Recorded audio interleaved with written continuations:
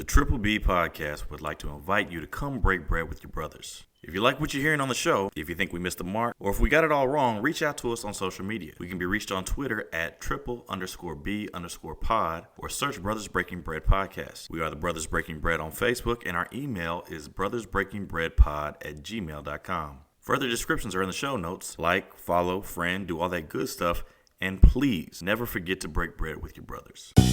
How y'all doing? We out here, chilling on the spot. What up? How y'all doing? We out here, chilling on the spot. What up? How y'all doing? We out here, chilling on the spot. What up? How y'all doing? We out here, chilling on the spot. What up? Hey, what's going on, y'all? Brothers Breaking Bread Podcast in the house. Hey. We'll have a little potluck. It'll be good. Yeah, let's make it happen. Let's not just talk about it. This is a beautiful thing, man. It's all this blackness, and we all just getting together, we playing dominoes, we eating, we drinking. And, food is always just the extra, man. They deprive these people of their basic human rights, and we call ourselves Americans. We're supposed to be above all this. They'll fake the crisis. They'll make it seem way out of proportion. We brothers, we breaking bread. How y'all doing? We out here, chilling on the spot. What up? Trying to hold it all together, man. Life is moving fast right now, man. So it's good to hear everybody come through.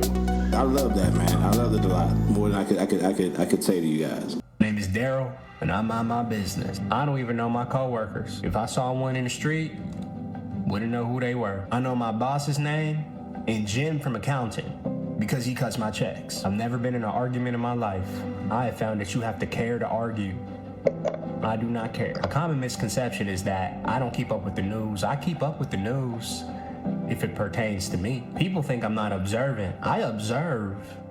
It's just none of my business. My neighbor came knocked on my door angry, asking if I knew that there was a man sleeping with his wife every day. I told him I noticed there was a man that came to the house every day, but that's none of my business. He started yelling. I told him that man don't pay my bills, that man don't pay me, and he definitely don't marinate no chicken. So what that got to do with me? Hey, everybody out there. Triple B back in the house, breaking bread with our sisters. Hey, man, we could learn a lot if more people in the world were like Daryl and just mind their own motherfucking business. Tend to your yard, I'll tend to my yard, nigga. We just be good neighbors, you know what I'm saying? Right. All right, anyway, let's get into it, man. We back in here, man. Lady Lavender, Slim AC, 10 meters, Miss Honey Buns. I am the KC Stork. What's going on, party people? Party people. What's up? Hey.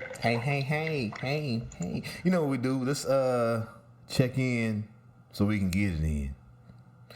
Miss Honey Buns, Queen of the Bonnets, Keeper, Cracker of White Claws. How are you today, ma'am?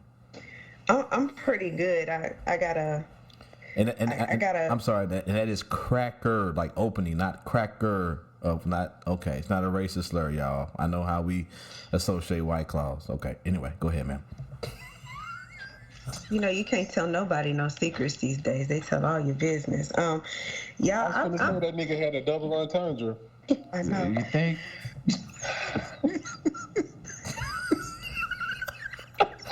Hey, I'm like Trey Young, nigga. It's getting chilly in here, nigga. Ice cold. My bad. It's your time, man. Reclaim your time. My bad. Yes, ma'am. Reclaiming my time, like Auntie said. Y'all may be looking for a job come Monday. I had a Freudian slip in a meeting. Ooh. What you call nigga? Bad, y'all. Uh-oh. I was looking at a provider, and the provider's name is Savita. Okay. Can we guess what your homegirl said? Her name is Savita? Sativa. Yes. Ooh. Ding, ding. Sativa. And said it so strong and so wrong and did not flinch. I said, provider Savita is, and I kept going with the little statement. Didn't nobody flinch, didn't nobody say nothing. But the chief medical officer was kind of giving me the side eye. But I'm looking at them like, you giving me the side eye. You know what the side eye is. So. Mm-hmm. What you been thinking? Yeah, so come Monday, I may be looking for another job. But outside of that, everything else is going great. Oh, wow. Good shit. But did you cough after you said it? Sativa, I mean, Did you? No, I said it so smooth. They actually they had to look and make sure I said it wrong. It was real smooth. It was just But I'm a drug and alcohol counselor, so what can I say? yeah, you should have said you're thinking of the increase of THC intake because your neighboring state selling that fucking devil lettuce. Devil lettuce. And all of my babies is jumping on the other side of the bridge to get to it, and they come back Yeah. Then they overly medicated. Then they come back high and gambling. That's just all bad.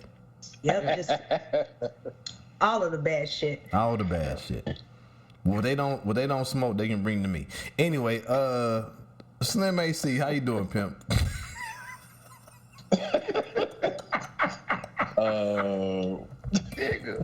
I don't marinate no chicken. Nope. So nah, what's up, man? So I wanna all right, I'm gonna switch it up real quick because that's something I want to get off my chest.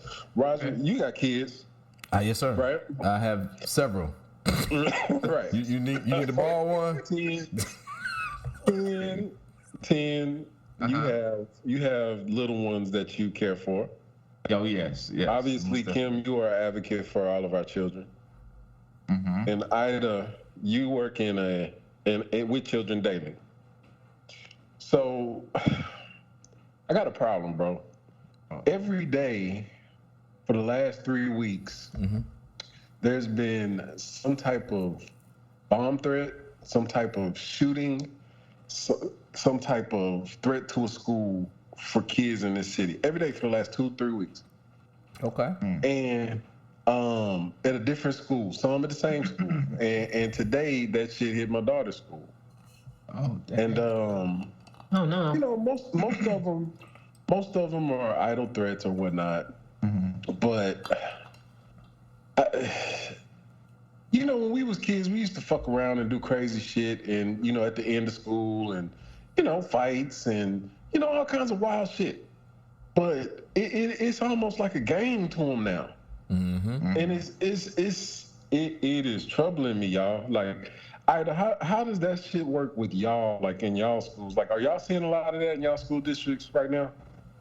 We've seen there was the school shooting that happened here in St. Louis. I can't even remember what month that was. There's like one, I feel like, every week in different cities. But after that happened, there was some students who threatened to do something in the school, but it was caught because students tell shit. So that was one of the good things about it, is that the other students were like, somebody said this on Snapchat. And like immediately, even though it was like 9 p.m, they were like texting and contacting different staff members at the school to let them know that kids were saying these things.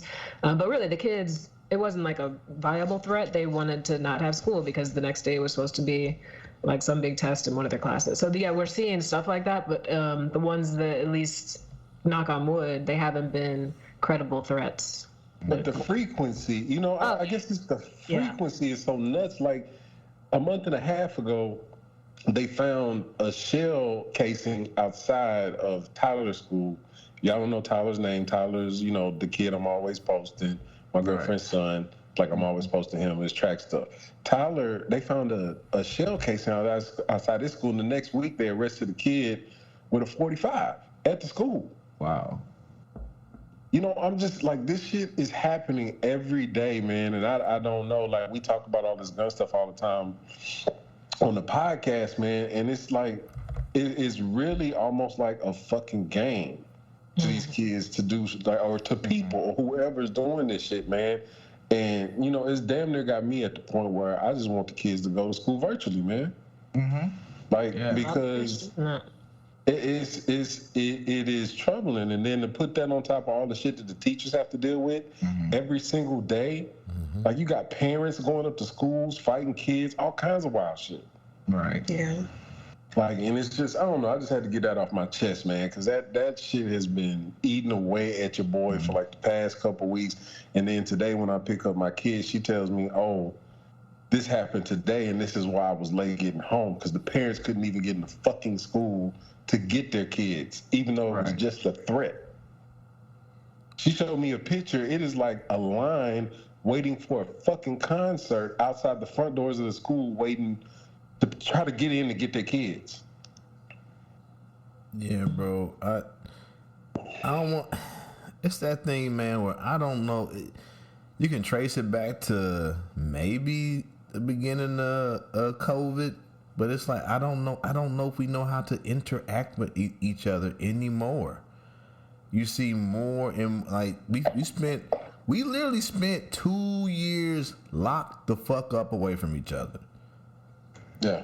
Like in fear of not in fear of each other, just in fear like if I cough on you, talk to you, touch you, whatever, motherfuckers wasn't working, all that shit, dog. We spent, and we are social, even though people sometimes, I get it, but for the most part, we are social creatures, dog, and we have forgotten how to be social. Yeah. And I guess, what throws me off about it, like when you say that, and I'm sure like you and 10 for the most part, my world didn't change with COVID outside of having to put on a fucking mask. Yeah, I went to work. I was, I'm essentially front lines too. I work in a fucking pharmacy. Yes, sir. So, Right. you know what I'm saying? So, I'm front lines too. So, like, my life didn't really change as far as that separation from people because I saw the same amount of fucking people every day. Right. And had to interact every day. So, I guess for me, I don't see that side of it as much. Because my life didn't really change due to COVID outside of having to put on fucking masks. Right. But Cole, Go ahead. I think your threshold, as the world was declining, you were seeing the decline. And for those of us that were cooped up, we didn't see the decline. So now we're getting out in the world and we're taking somebody's, rant on a subway to be some type of threat. So, we are so sensitized. And I wonder sometimes is some of it exposure. What a kid may write down in their bedroom in a notebook, they're now putting out on Twitter, putting out on social media, and now these are being perceived and they are threats. There is no room to joke for that type, in this world with those types of instances. I think some of it, may be attention seeking, but we as a community or these United States, we can't like, they're just kids, they're joking, because they may not be. Yeah. Right. Go ahead, my bad. So I don't know. This is a tough space to be in. You bring up a good point though, as far as the social media. I'm gonna put a bow on it and put a pin in it because I didn't want to derail everything that was going on. No, don't derail. This is the check-in time, bro. It's the most important time of the show. But at the same time, I missed you raggedy motherfuckers, and I had to get something off my chest. So I wanted to put that out there, just to get some dialogue about it, man, and see, where everybody else head was at with it. Because, like I said, this shit is happening like that, and these fucking road rage shootings. That shit is happening on a daily basis, and it's getting worse at the end of the year. And on top of that, Shantae works in the school, so I hear the fucking stories. Yeah. Like, so I see them every day. Like, it's just crazy. I saw a video today of a mom walking into a classroom with her daughter to jump another kid today on campus. Wow. How the fuck does that happen, my nigga? Hey. And like in the classroom, the teacher opened the door for her to do it because she cussed the teacher out. The mom. And he opened the door to let her beat on these fucking kids. What the fuck is we doing? Did you say he? Yes, a male teacher let in a woman who was cursing him out with her daughter. This is my old high school, matter of fact.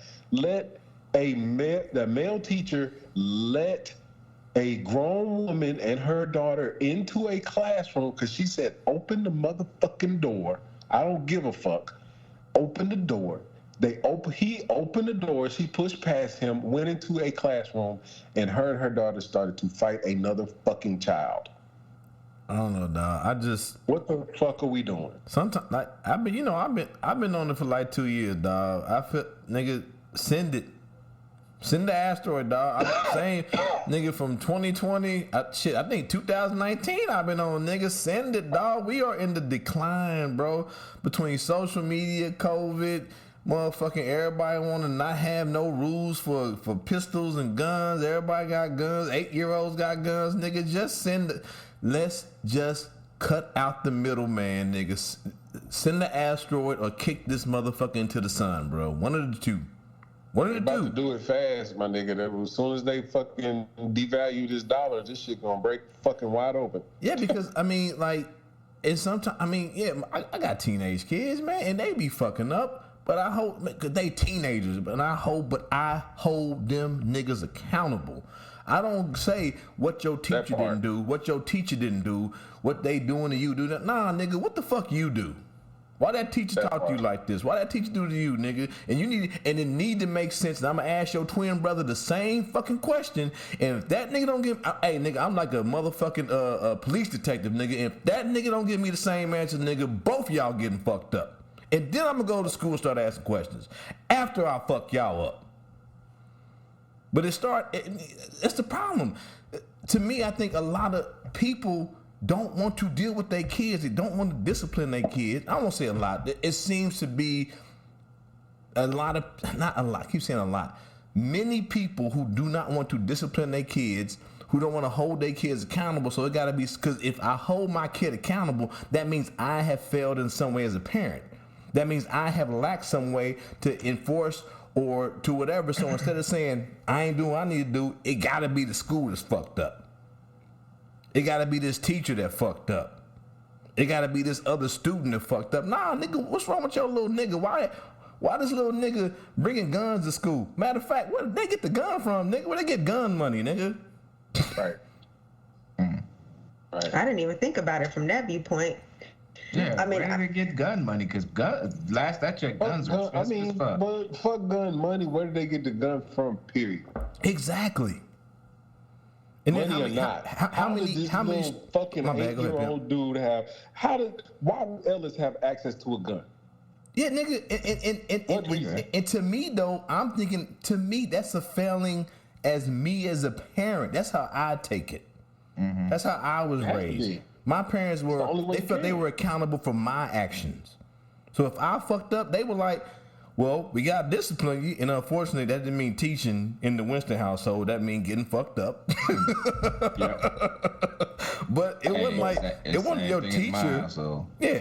I mean, it was a couple times where teachers crossed the line and my mom, whatever. But my mom also was like, you was still talking out of pocket, nigga. You was still talking out of pocket to this adult. Yeah, they crossed the line, but they crossed the line because your little black ass got out of line. That's why they crossed the line, nigga. So you still getting fucked up after I cussed their ass out. Oh. But that's a different level of accountability, man. Like, I like I said, man, we can harp on it all day. Yeah, my bad. You're right. You try to put a ball on the dog, but I feel you, dog. Like, I be seeing people talk about their kids, and I be like I got people I work with. I ain't gonna say names, man. You can just see that they little kid gonna be demons, nigga, because they let these little niggas do everything. Like, my son wanted to piss in the yard, and I told him to go inside to pee, and he started throwing a temper tantrum, so we let him piss in the outside in the front yard in the middle of the day. I said, that little nigga gonna be a demon. That little white boy gonna be a demon, nigga, because he always out of my mouth, nigga. Nothing is, bro, nothing incenses me more when I hear a fucking grown, like you say, a grown ass parent with some grown ass adult lungs say, well, my so and so, my son, my daughter said they ain't gonna do. They said what? They said they ain't gonna do what? They said what? That they ain't gonna do what? And they be frowning at me. They be frowning. They be like, that shouldn't be in your vocabulary to tell your parents that I ain't, until you reach a certain age, I ain't gonna do this. Yeah. Unless it's something vile to your fucking health in life. Yeah, dog. I mean, you know me. We talked about on the show. I ain't all about beating kids, but discipline is more than just putting your hands on kids, dog. And motherfuckers won't even sit down and talk to their kids because they don't want to deal with it. They want the world to deal with it and fix it. So they send these little motherfuckers off somewhere, and they all fucked up. And then I don't understand why they just won't listen and do what I tell them to do. Because you just let them run rampant in the house since they was 2 years old, nigga. Because I got one dude, he be like, how did you get your children to do that? I tell them what to do. And then we sit down and talk about it and the consequences of it. I start taking shit away. Mm-hmm. Yeah, that's crazy. That shit bring me back to when me and Joe was down in Columbia, bro. Like when I came up there in October, and them 2 white kids was sticking their head in that tiger's mouth at Mizzou. And we was like, what the fuck are they doing? And their parents just said, go ahead, do it. Stick your head in his mouth. See what's going on. Nigga, could you imagine going somewhere with Ellis, nigga, and you standing out in public and talking, and this nigga go and stick his head inside of a fucking statue tiger and start climbing through it? Look at your face. I mean, I ain't saying my kids, they kids. I ain't saying my kids is perfect, but they know the line. Exactly. They know the line. Exactly. Me and Tim lived together, and he was with them when they was babies. They know the line. They know what line to cross. I know. Hey, nigga, you better sit the fuck down somewhere. Grab a seat. Everybody be quiet. Quiet time, nigga. And I know you, nigga. I know this nigga got a thing when that nigga get a neck twitch. That nigga say, hey, and that nigga's neck twitch. Hey, I just start looking around like, bro. Hell yeah. Right. But nah. Let's keep it going. Keep it moving, man. My bad. Yeah, no, that's good. That's good shit. That's check-in time. Lady Lavender, how you feeling? Doing good. Real quick source of my side eye. I think I got 2 of them. One, we took a trip last week for track, and the bus driver had fucking MapQuest on paper to direct us to get to the school we're going to. First, read the paper adequately. So even when the bus drivers have it on their phone, I always have the GPS on my phone just to make sure they're going the right way. So this happened. We weren't even like far from the school, and she took a wrong turn, and I was like, okay, let me help you with this. Even the kids were like, shouldn't we go? I was like, yes, she's using paper. But she had a Samsung phone, so I know she's got technology, but she was still doing it on paper. So that was one source of my side eye.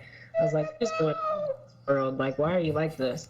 But we ended up getting where we needed to. So that was cool. But other than that, I'm doing good. I feel like I in the process of like reclaiming my time of like just life. I think since I moved back to St. Louis for 3 years, I've been constantly like, maybe I'm gonna go back to Kansas City, but I'm gonna stay here for at least another year. And I think I might have a place to live. I'm still working on that part there, but just getting out and doing more things the past few weeks and meeting people and just doing things like going to festivals, music events, and just meeting people. Like the other day, I was out somewhere and just met this really cool woman who was like talking about how she's a nurse and she does.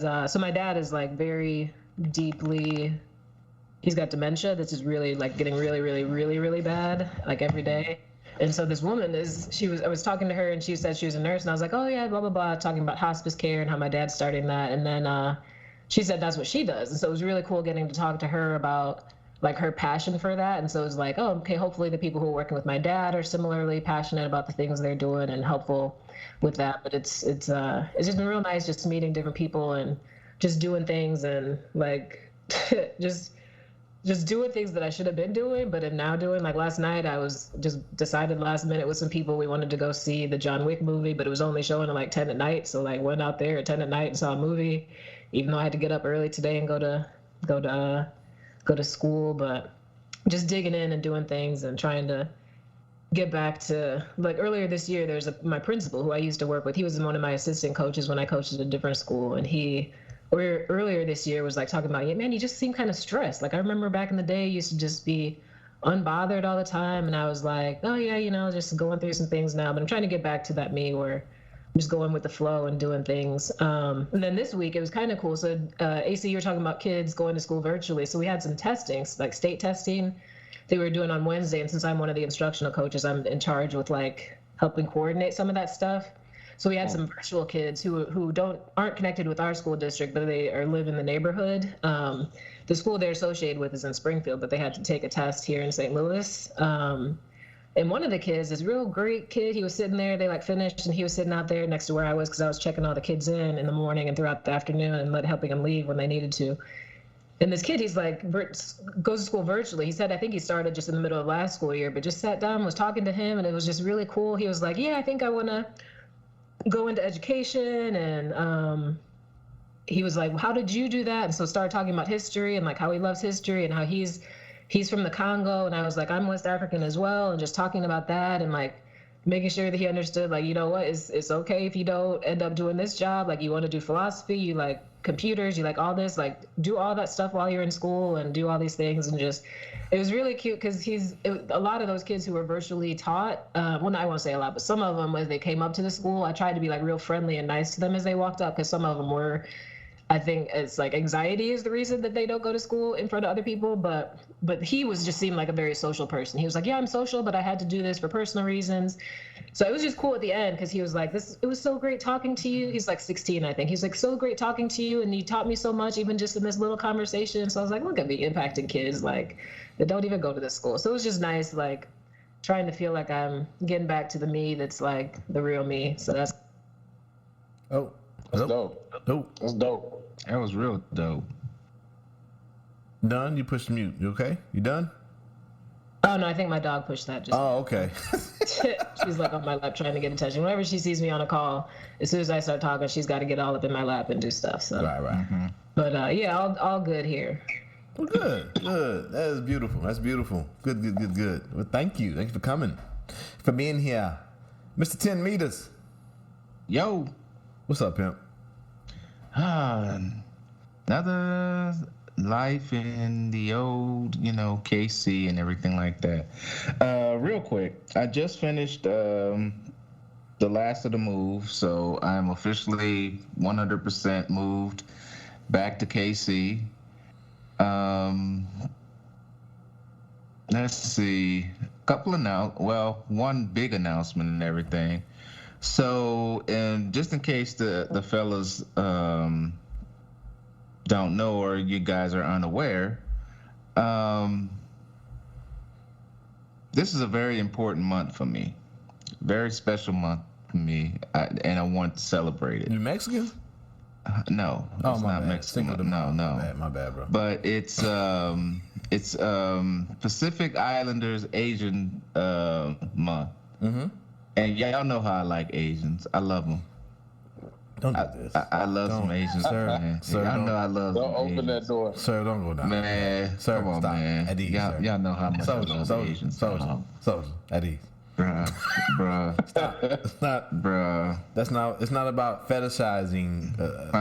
It's not about that, dog. That's not what this month's about. You're right. That's why I was, binge watching, Enter the Dragon. Okay. I was also binge watching Rush Hour and things like that, man. That's just you're being ignorant now. Let's stop. Let's stop. Let's abort, nigga. Abort. Nigga, where's your parachute? Nigga, pull the string, nigga. You were crashing to that is the earth. That's bad. Yes. Stop. That's bad to say that I like Asians. I mean, it sounds kind of racist. Just imagine if a white man said I like blacks. Just think about that, dog. Yeah. Okay. Yep. Okay. Well, I'll stop. But hats off. Just imagine if Tucker Carlson was like, it's February and this is one of my favorite months because I like blacks and I like black celebrate women. Nigga History Month. I've been watching Django and Mandingo and 12 Years a Slave. Yeah, nigga, just let it bounce around in the coconut for a little bit, nigga. Just let it bounce around in there, bro. Okay. All right. Well, I guess I'm gonna stop. But anyway, man. Yeah. It's good to be back. It's good to be back with the fellas, back with the sisters, and celebrating another episode on the Triple B podcast. Yes, we go. What's going on with you, pimp? Oh man, before I forget, this is what I'm on. These little motherfuckers here. Boy, chill. My bow tie came too. Boy, chill. My shoes I'm wearing. Boy, rest of the suit. Boy, chill. I can't wait. Yeah, so 10 said he's gonna meet us at Loose Park tomorrow, 4:30. You still on, pimp? Oh, I'm still on, man. I can't wait to see what y'all got in store for me. Hey, for some picture taking. So it's prom time for my twin boys, and of course we're audio podcast. Show links. They got pink shoes, and they said they're gonna let me see everything else on Saturday, so even I can be surprised. So so it's prom time. I love it. You love it. They didn't know they were gonna go at Real first. quick, before you jump in though, Anthony, can you take pictures of guys? Ooh. Is that something you can do? Yeah, Okay. why not? I was just checking. Sorry. That's pretty good. That's pretty good. Aww.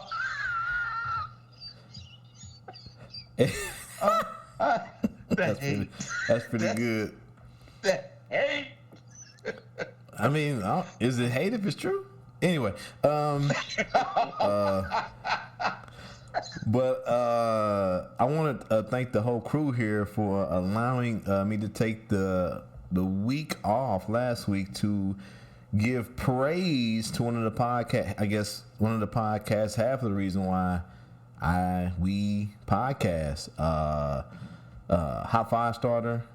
This guy named Danny Foxworth, who's a big fan of the show, also has his own podcast called Last We Spoke, and we'll put that in the show notes. Who was doing the tribute episode. There was myself and like 10 other brothers on. There's supposed to be a woman, goes by the name of Charlamagne, who's on Twitter also, but she wasn't able to make it. And just like just giving praise to these brothers. The other half of the reason is This Week in Blackness, the black guy who tips, but I found them through This Week in Blackness. Anyway, listen to that podcast. You will find out how I found all that stuff. But yeah, man, I appreciate you guys letting me do that. It was a very fun experience, and just to put names, faces to names and voices of brothers who I interact with weekly on Twitter, especially after Hot Five Starter drops a episode. It ain't for everybody. Me and Lady Lavender have had some discussions about that podcast. Like I said, it ain't for everybody. There's definitely a slang and also a tempo to it. But much like this podcast, it is definitely niggas talking about the world, and this is how it affects niggas. So yeah, I said, I don't know, Apple Podcasts will never have a niggas talking category, but if it was, they would definitely be number one in that ranking. Gotcha. And I don't know if it was been a week, so yeah, going to be still doing the same job, but doing some local travel here in the Kansas City area as far as EP. Yeah, not to talk about my pockets, but they came to me and basically gonna double my pay, and I think right now I make like 25% higher than most people make as far as the job that I do. Yeah, it's very stressful, but at the same, because I'm going back to the place where I learned EP at, but very promising as far as the ability to make more money for myself and my little ones. So yeah. So if sometimes I get on, I'm a little stressed, I might be wild because I want to slap a motherfucker. But anyway. Well, I mean, at least you when you go back, you ain't got to worry about the politics and the drama and everything. Like, that's not your problem. Your problem is just to come in, do your job, and leave. That's it. But you work with me. That ain't never been my problem. I tell a motherfucker, kiss my ass, and can you do my job better than me? And 9.9 times out of 10, they go, I don't even know what the fuck you do. And I go, exactly. Yeah, exactly. Yeah. Right. I help make you money, nigga. Leave me alone. Right. And the director loves me, so what we gonna do about that? Okay. And that's that. And that's that. But yeah, man, good times, good week ahead. And then also on so we got prom, and then 2 weeks graduation. So definitely a good month. Definitely a good month as far as made for the twins and all the hard work they've been putting forth. All right, let's keep it going. Set this up. We got into it 2 weeks ago, talking about I believe we mentioned Clarence Thomas and all this shit going on with these deals. This then came up, and him not letting certain committees know, and also the Supreme Court know that he has quote unquote friends who have bought houses, invested money in certain properties and shit. And people go, well, if they his friends, the thing is though, these friends have stakes or maybe owners of companies that have had cases come before the Supreme Court that Justice Thomas didn't recluse himself from. That may be a problem. What we have here is a white man who probably sometimes spend a little time on Black Twitter because he has the receipts. It's a 6-minute clip. We ain't gonna play all of it. Let's go. Court is playing out of bounds of the ethics rules for federal judges. Justices read the ethics rules in unique and eccentric ways, and when they're caught out of... And I don't know, is his name really Mr. Whitehouse? I don't know. I don't know. When I first saw it, I was like, come on, man. This can't be real. But I guess his name is Sheldon Whitehouse. Senator Whitehouse. That's his name. Mr. Whitehouse. All right, let's go. He was destined to be in government. Out of bounds, they refuse to allow any investigation of the facts. The personal hospitality problems I've been pursuing began with Justice Scalia, who took more than 7 dozen undisclosed hunting vacations. Most people know of 2. The one where he... Oh, yeah. He got receipts on all the justices. Was on the Air Force 2 manifest with Dick Cheney, and the one where he died. There were 70 plus more. It was systematized. Some intermediary would ask the owner of an expensive resort, often a commercial property, to extend to Scalia a personal invitation to the resort. Even where the owner was someone he'd never met, Scalia treated as personal hospitality because of the personal invitation and failed to disclose the vacations. Gun industry advocates, fossil fuel folks, and Republican political figures often tagged along.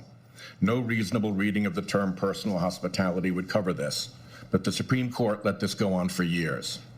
When I challenged the court about this practice, Exhibit 1, I got a blow-off letter. Exhibit 2, basically nothing to see here. So then I asked the circuit courts what they thought about this conduct. I went 0 for 13 on answers. Oh, that would be Exhibit 3. I went 0 for 13. And what y'all not, once again, videos and show notes. I really do hope y'all are watching these videos. Okay, I hear you. I got a RAM warning. Give me one. I got to shut some of this shit down. But this may, I don't know. I'm going to assume most of our listeners are people of color or Black people who have partaken in the game, a highly contested game of dominoes. I say dominoes like that for our Hispanic brothers. It is Cinco de Mayo. Salute. He is putting these motherfucking receipts down like a motherfucker who was just waiting. Oh, I know you're going to play that. Oh, you going to play that? Go ahead. Go ahead. Play the blank, nigga. That's how he putting these hoes down. We continue. On answers, so I then sent another letter saying I hope their silence didn't indicate some kind of coordinated obstruction. Exhibit 4. I also scheduled a subcommittee hearing. Presto, I was told the Financial Disclosure Committee would examine how the exemption was interpreted. That's Exhibit 5. Almost a year later, 2 weeks before the recent news about Justice Thomas broke, the Judicial Conference updated its guidance to clarify that this sort of non-disclosure violates the law. Exhibit 6. I have no evidence that any federal judge outside the Supreme Court ever used the personal invitation trick, and the Judicial Conference, made up of other judges, firmly shut it down. I hear that part there. I have no proof that anyone outside the Supreme Court used this little trick. But before you hit play, because we've seen this, I've seen it a couple of times because I think it's hilarious. The person in with the jacket, the gray jacket. Yeah.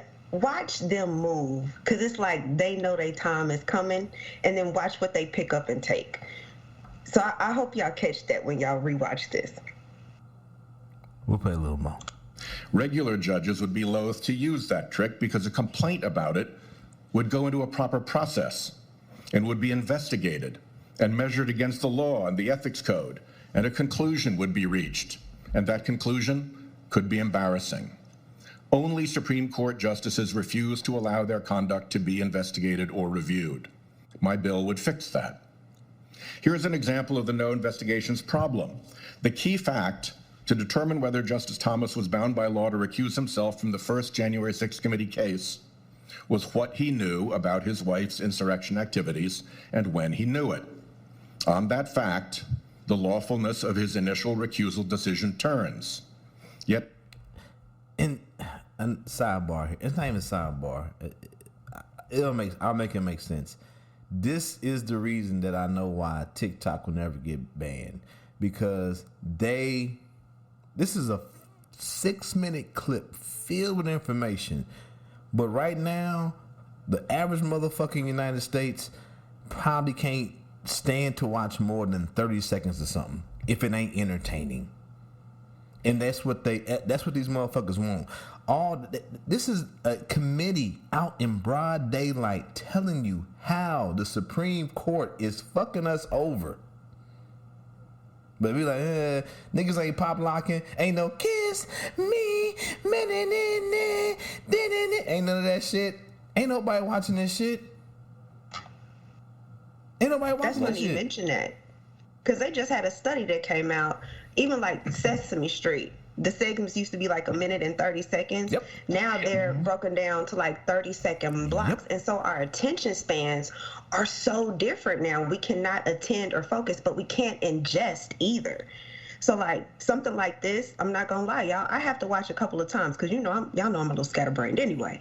But I have to watch it to make sure I'm catching everything. Correct. Because we're used to, multitasking and everything else. So but I will say, like, people talk about that attention span thing, and like our attention spans are shorter. No, they're really not, though, because people can sit in front of a video game for like 3, 6, 7 hours and do that. People can binge watch shows on Netflix that are an hour long and watch 6 episodes in one sitting and not even get up from the couch.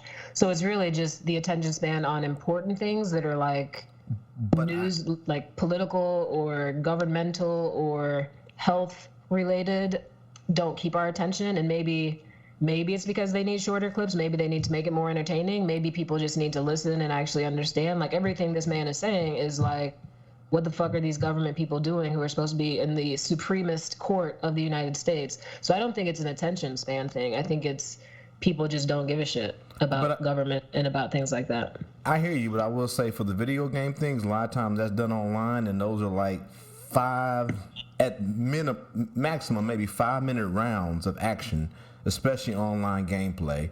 And then a lot of times people, when they're watching those series, they're on their phones scrolling while they're watching those series. So once again, oh yeah, I'll give you that, because people are doing like a million other things while they're watching whatever. But at the same time, like, it keeps their attention that whole time. Like, they're still paying attention to what's on the TV for the most part, what's on the screen. If you're scrolling doing something else while you're watching something else, you're not paying attention at the same time to the thing that you're sitting and watching. That's all I'm saying. You're not giving your full attention to something. It's this thing where, okay, this is boring. I'm gonna look at my phone, and somebody starts talking. Because me, sometimes I'm watching something. I'll admit I'll be on my phone. Like, oh, wait a minute, I don't understand what the fuck's happened. I'll have to rewind to recapture what happened. Because there's an important piece of dialogue that I didn't see because it wasn't action happening. So I got to go back and scroll back to, okay, wait a minute, I don't understand why these niggas hate each other now. And Kim's laughing because she probably does it too. Doing it as we speak. Yes, case in point. Hey, I'm not gonna front. I told y'all. Hey, multitasking is just the way. But no. I think yes, people are able to. I think yes, if it's important to you, you're able to. But I know a lot of people who still have to sit. Like, I want to watch this show. But this is a little boring section where these niggas just talking about something. I'm going to get on my phone and look at something else. And then, oh, wait a minute, I just missed something. Let me rewind back. I know a lot of people I talk about at work or something. Like, you watch that show? But yeah, you remember this, and this? They be like, oh, I must have missed that. I got on the phone. Mm-hmm. So I'll give you that, but there's also things where people will put the phone down like completely for hours and hours on end. Like there's some shows that I watch where I might be on my phone, but there's other things where I'm like, I could watch this for like 6 hours and I'm not doing anything but. So still, I think it goes to what you're actually wanting to see. Yeah, but you are a big proponent of less screen time too. I know we've had talks about it. Yeah, but I mean, I'm on my phone way more now than I used to be, but it's still like there are some shows where I just watch the show. Other shows where I don't watch the whole show. And like you said, I might have to rewind or something like that. Or I just don't give a shit. And if I miss it, I'm like, okay, who cares? It doesn't matter. We'll keep on going. I'm not saying every single person, but I'm saying the majority of Americans have short attention spans. Oh, yeah. That's I don't know if it's short attention span. I think it's people... So that's the part I'll push back against. I don't think it's a short attention span. I think it's that people just want to be doing other things. So Which I guess that kind of goes together, but it's you wish your attention was somewhere else. It's not. If it was a short attention span thing, people wouldn't be able to pay attention to anything for a long amount of time, but people can.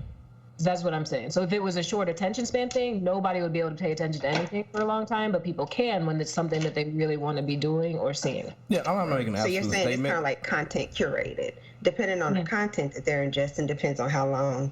Their attention. I get it. I follow. Yeah, I mean, I follow. I think it might be. I just disagree. I think it might be a bit of like sensory overload, like overstimulation. Like it's so many options for people to quote unquote entertain themselves. Like, there's places where you at certain points, it's like overstimulated. They can see so many different options. So the important things get hidden and all that. Does that make sense what I'm trying to say? Yeah. Like the important shit gets hid inside of all the content that is out there.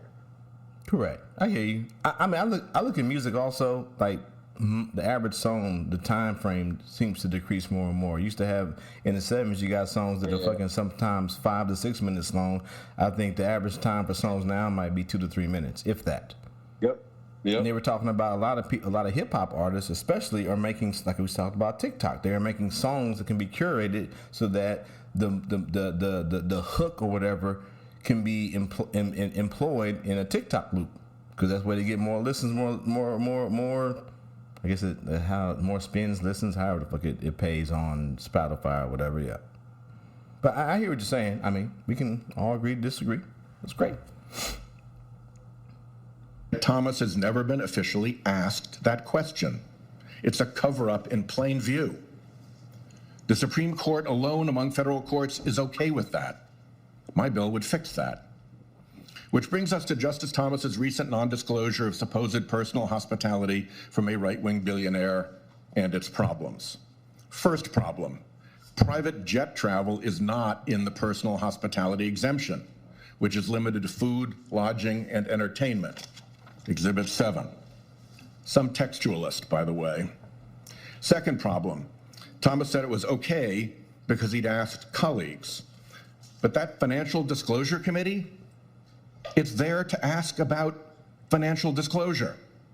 Setting aside that its name should give a clue, Thomas knew the committee existed because concerns about his yacht and jet travel gifts from this billionaire were referred there in 2011, after some of these gifts were first revealed in this New York Times story, Exhibit 9.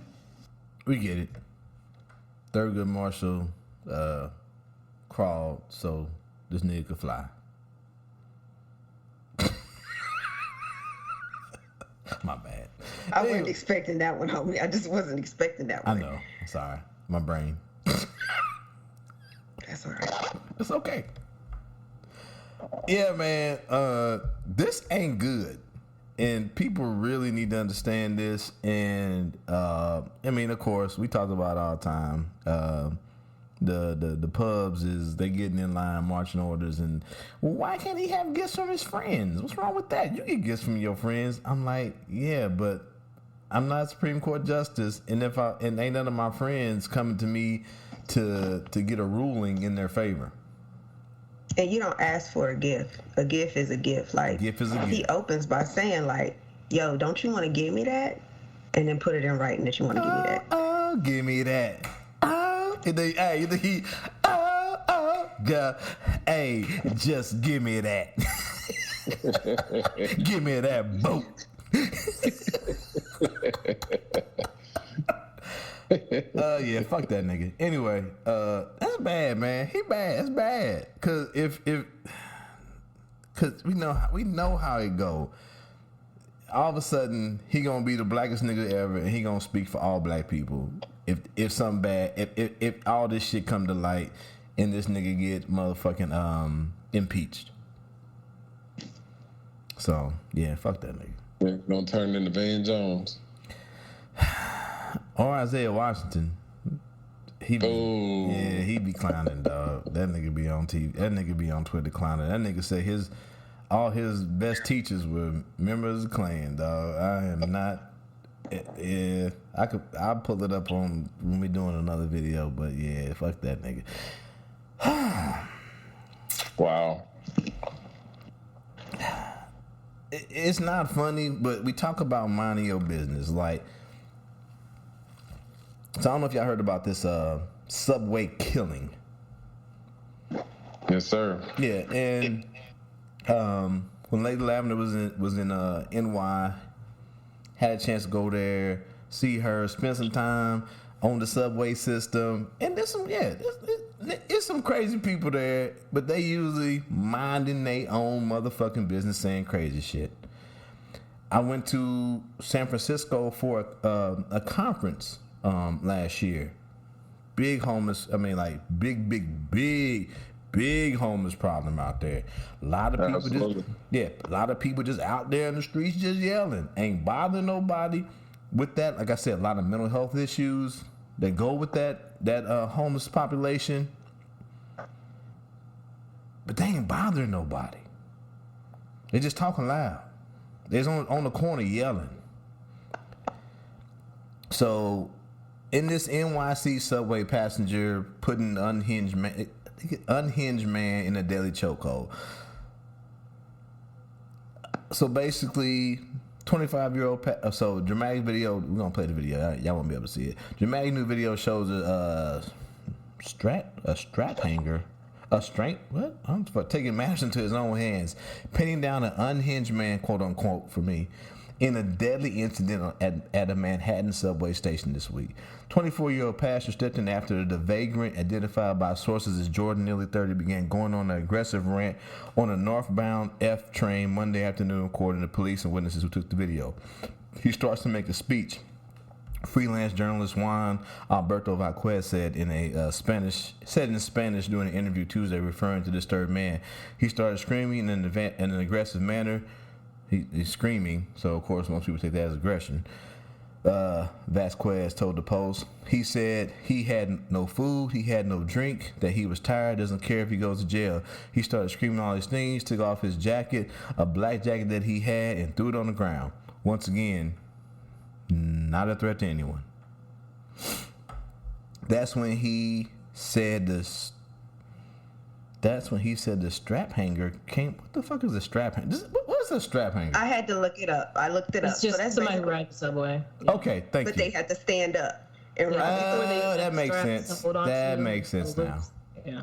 Okay, thank you. Because I was like, what, nigga, what? Okay, that makes sense now. Yes, there are straps there that they do be hanging. Came up behind Neely, keeping him there for some 15 minutes, Vazquez said.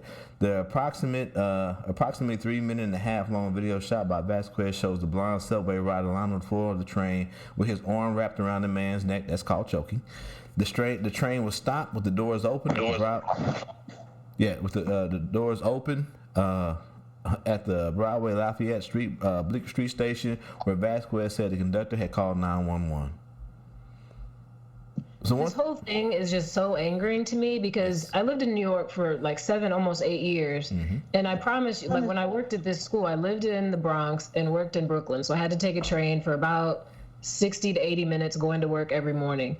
And every morning when I got on the train in Brooklyn, I had to switch trains. And almost every single fucking morning, there's this woman on there who was, she would just be like proselytizing and just like doing all this stuff really loud, singing and screaming and doing all this stuff.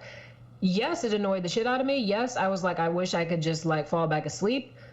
but it didn't bother anybody. She's not doing anything to anybody. Yes, this guy took off his jacket and is yelling because he's fucking hungry probably. And this dude puts him in a chokehold, which, like, everything I've seen about this type of chokehold, people are like, when you learn this chokehold, you do it for a few seconds, and when the dude taps out, you gotta stop. Motherfucker did it for 15 minutes on a dude. Why? It's like none of this shit makes sense. Murder. No, there's never been a time. Even when people are fucking Showtime and dancing and almost kick you in the motherfucking head, you're still not gonna punch the dude in the head when that happens. When somebody's asking for money, you just look down, put your earphones in, fucking close your eyes. Like, nobody had to do anything to this dude, and it just makes me so angry that not until today, which is many days after this shit happened, did they even say the white dude's name. And then come to find out today, I see that the white dude who did this to this man, dad is like a fucking cop of some sort. So it's like, what the fuck is happening? Why is it okay for black people to be killed and hurt no matter what? Oh, he's got mental health issues. Oh, he was unhoused or homeless, so it's okay if we did this shit to him. Fuck you. Like, he was a living man who didn't deserve to die just because he says he's hungry, he needs a place to stay, and he gets so angry because he's hungry and needs a place to stay, and he's trying to ask people for money because that's the only way in New York that some of these people can get any kind of money, because there's not services for these people. It just makes me so angry. I don't know if y'all want to watch. I'm gonna play the video. You can. Yep.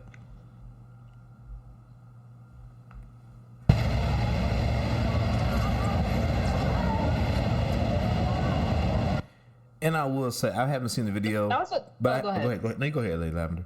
No, I was going to say, even the other thing that incenses me is that in this video, yes, this dude has him in a chokehold. I forgot his name, and I know I should know it because we should be saying the killer's name more than we're saying the person who died's name. But there's other people there that are helping him out. How come we haven't identified those motherfuckers too? Because that dude right there is holding this dude down while the other guy is choking him. Why? Yeah. Shit. Cause that's what I was about to say. That's why I let you go. Cause I was about to say, these other two motherfuckers, they cowards. The other dude who's holding his arm, coward. Other guy just standing up above this dude, coward. Motherfucker filming it, coward. I believe on Twitter they said they are thinking about pressing charges on the other two men in the video. Thinking about it. I'm sorry. Right language. Considering pressing charges on the other two individuals found in this video. Just like they consider pressing charges on all these motherfucking cops who also helped hold down people that were killed. It's like, why do we think about pressing charges on people who assisted in killing somebody? Yeah. Or stood there and just let him be killed? Yeah. Exactly. More importantly, killing people of color. Exactly. What's up, Brother Joe? What's that? Chillin', man. How was, let me start. How was the show? It was cool. Eddie Griffin was pretty aggressive with the shit. So he usually is. I don't. I don't know if you heard or been keeping up or heard the story of this black man who was put in a chokehold on the NYC subway. Yeah, I'm mildly aware of it. Yes, that's what we're talking about right now. We're about to play the video. And then also, Lady Lavender and myself pointing out that what's going to happen to these, well, especially this other man who is holding the arms of this man as he's being put in this chokehold. So I'll keep playing.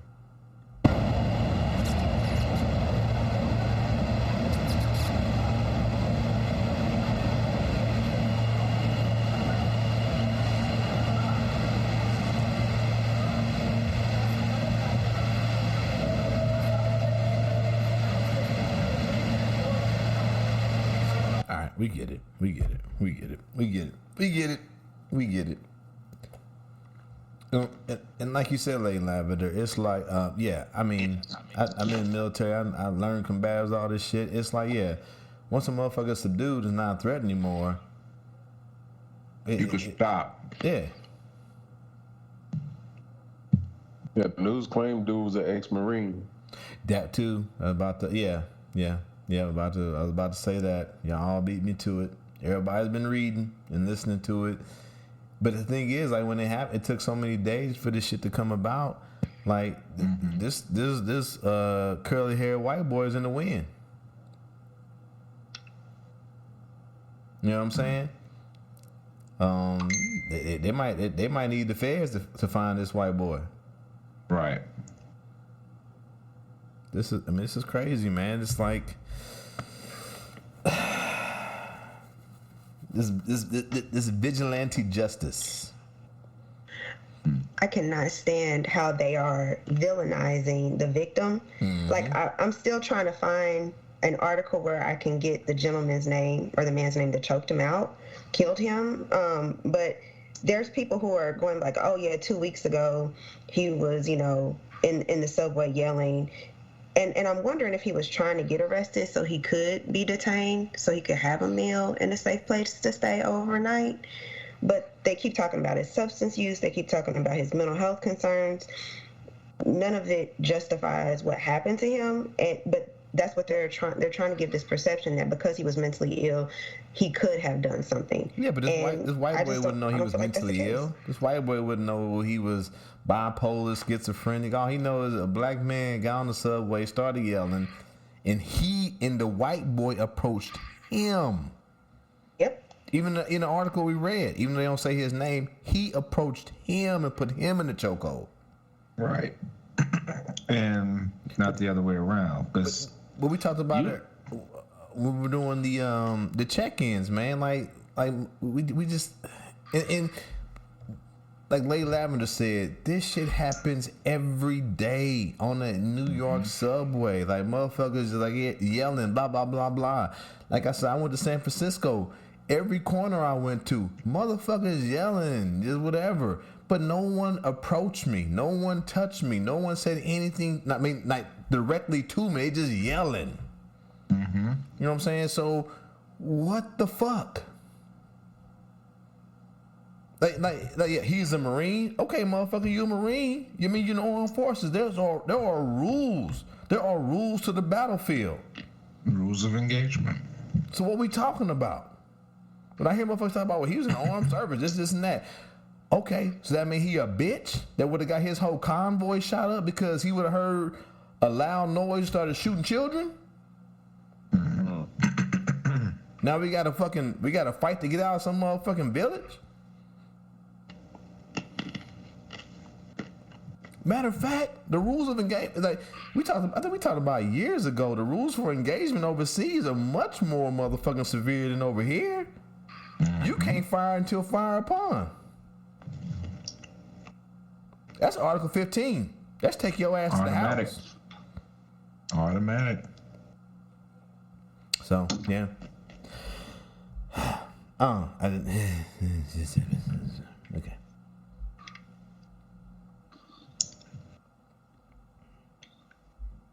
You know what? We talking about fighting. We might as well just talk about this legend here too. or just talk about the what the fuck of the world. No screaming, no yelling, no phones. Florida teacher accused of organizing fights at a middle school. Matter of fact, she looked like a middle schooler herself. I don't know what's going on. How young are these teachers? Or I'm just getting real old. I don't know what's happening. Nah, she look about 20. At least, yeah. Maybe. But first rule of Fight Club is... Well, she tried to do that. She said no phones, nigga, no screaming, no yelling. But when little... I almost been about to be racist and just say a real black name. When little Waukesha go home with a motherfucking black eye, somebody gotta say something.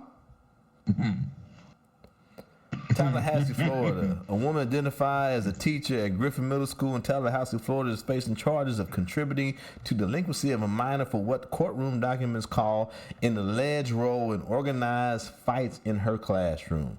The document notes that a school resource deputy was alerted on March 24th the students were being allowed to fight in 23-year-old Angel Footman's class.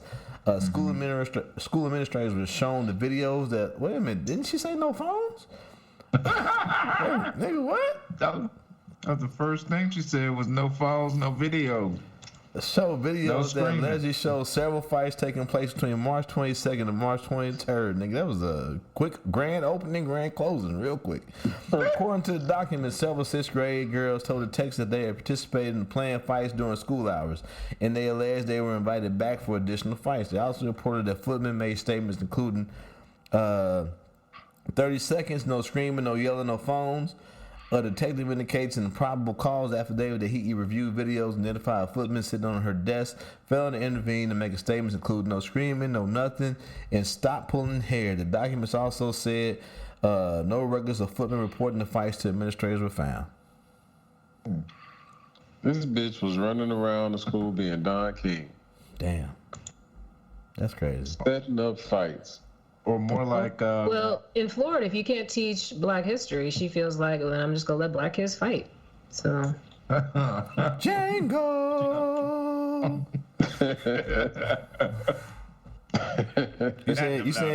you saying she was what's that mother Calvin Candy? What's that nigga name? Ooh, that nigga on that nag. You said you did real good. I need my 5 fights. Hold on. There's a news report here.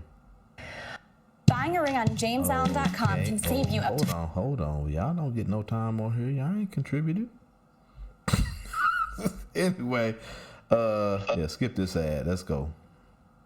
Auburn is on administrative leave tonight over allegations they allowed students to fight on campus. West News Brevard Bureau Chief Scott Heiler is live for us at the Melbourne Police Department to go over what we know about this case thus far. Scott. So far, there have been no arrests. And now on Monday, the principal of Johnson Middle School sent out a note to all parents in the community detailing the allegations against this PE teacher allowing students to fight on campus. But it did not, this letter did not detail how these fights Wait, she's were a PE allegedly teacher? organized. Is that just supposed to be the curriculum? What is that? You say she's a PE teacher? So that's like part of their activities? That's what that's what a lawyer better say. That was a unit. Yeah. It was she probably turned in lesson plans. Yeah. That's the curriculum right there. It is. Boxing. How these fights were allegedly organized. Johnson Middle School, the home of 736 students. They call themselves Longhorns. Parents on edge. We are on it all the time, but we don't know if it's the case of every single kid, boy or girl, but he was openly and told me, and we had a discussion at home about it. But yeah, it's concerning for sure. Principal Marie. Teach them little niggas how to fight. Sounds like what they're trying to do. Hey, they need school crossing guards though. They paying $15.05 an hour. Teach them niggas how to cross the street. There you go. Oh, my bad. My bad. Let's keep moving. Nigga.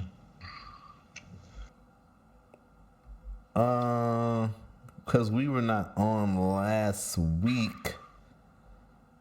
Yeah, Don Lemon and Tucker Carlson don't have no jobs.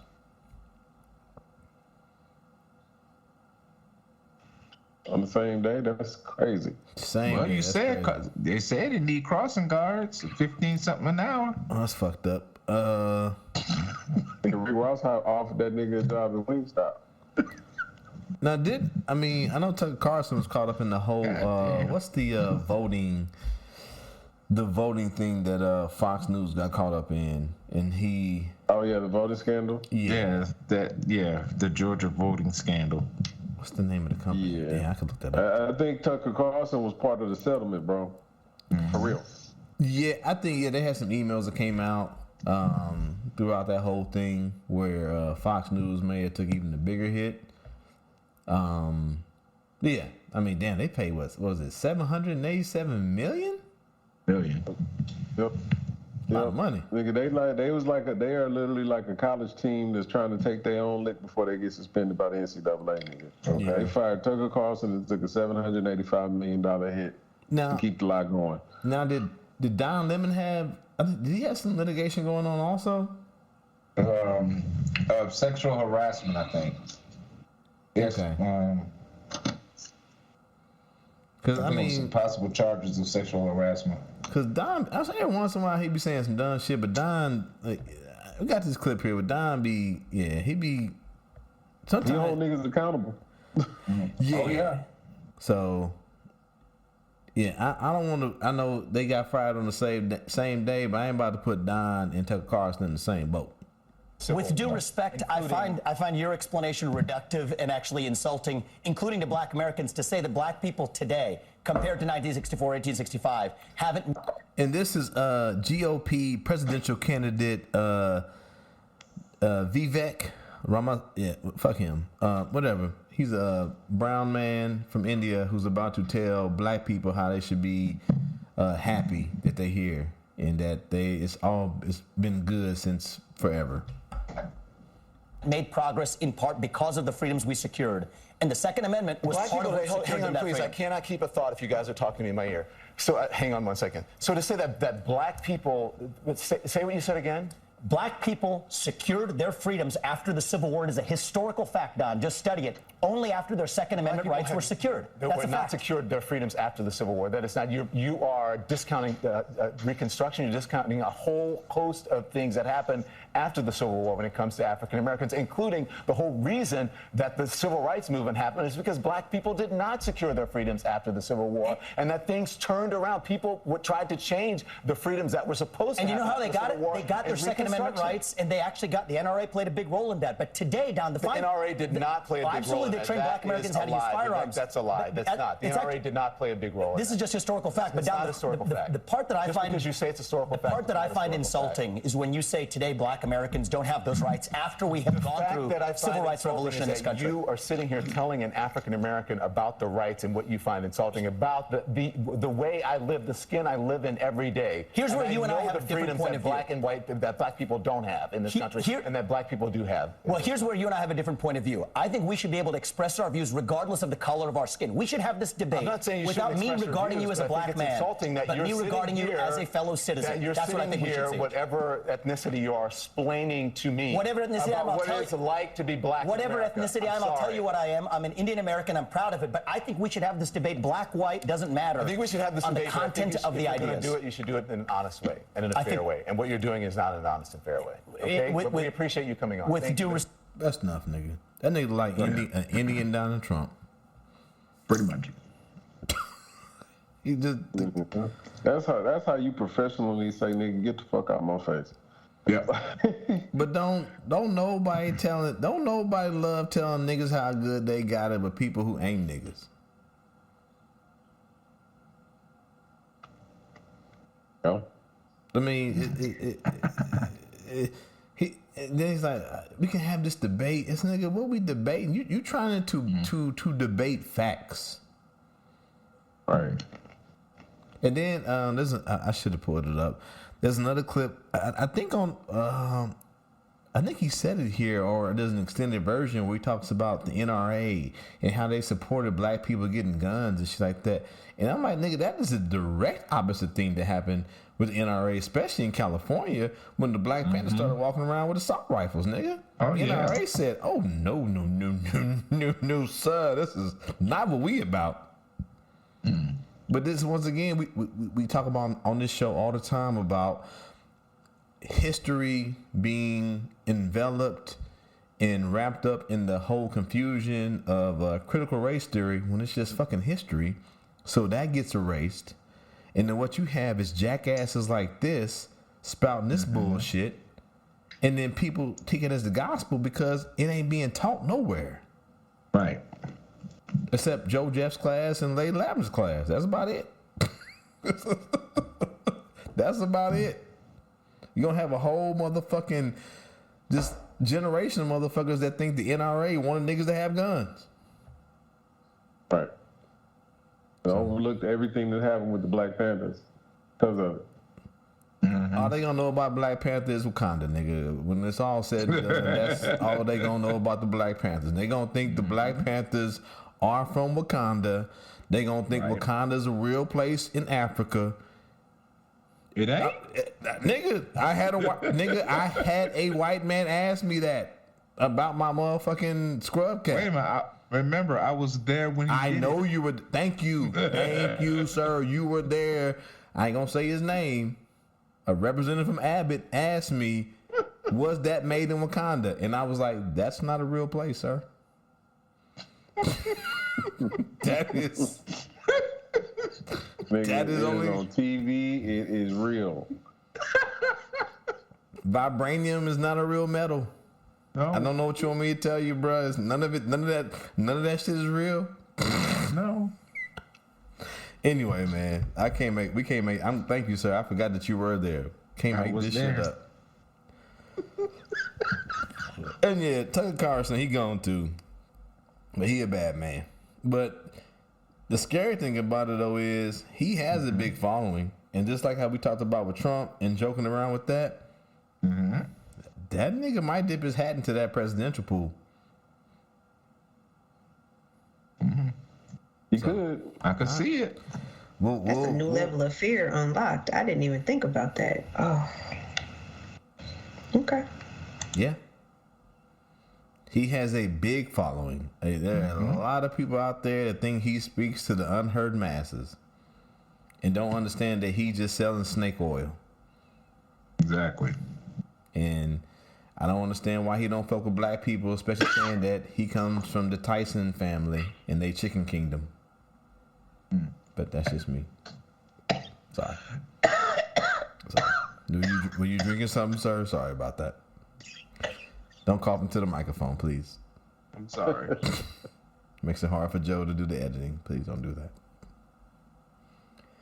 Keeping it moving, because the world's fucked up. Texas man accused of killing 5 neighbors is in custody, authorities said.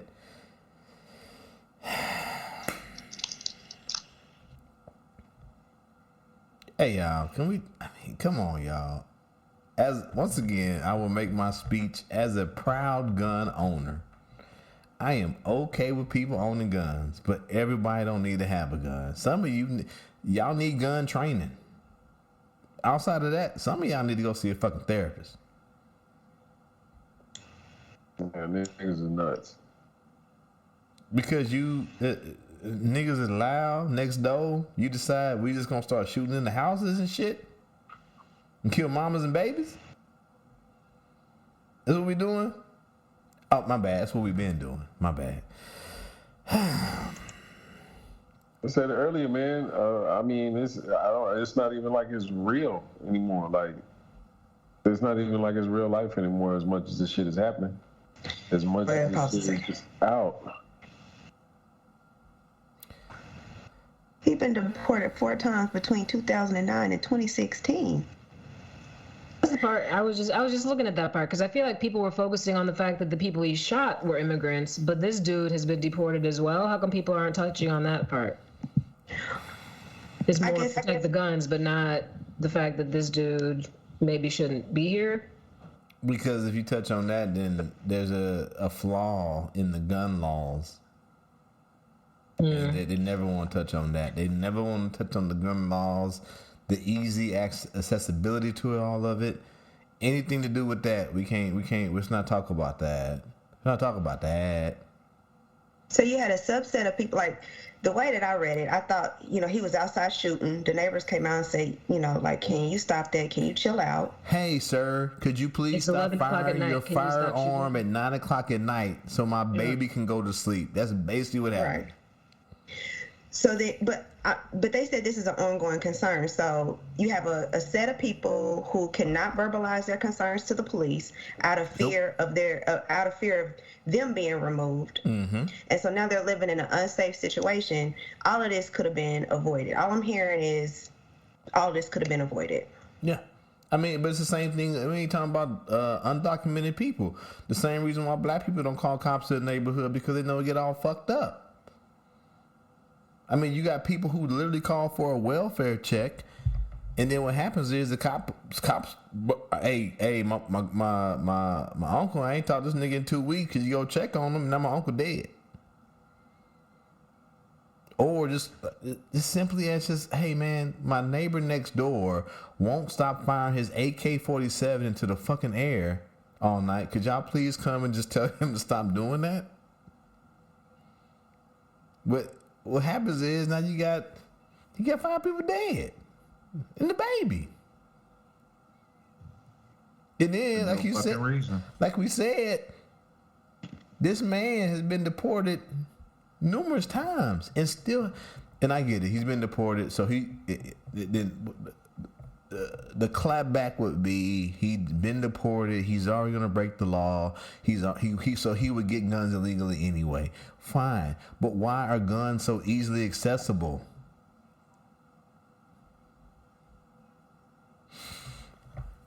And now 5 people, baby dead, and this nigga, what do you say? Nigga, they family. Found, huh? A family. A family. Basically. Yes, sir. And now they found this nigga hiding up like fucking Saddam Hussein under some fucking laundry. The fuck?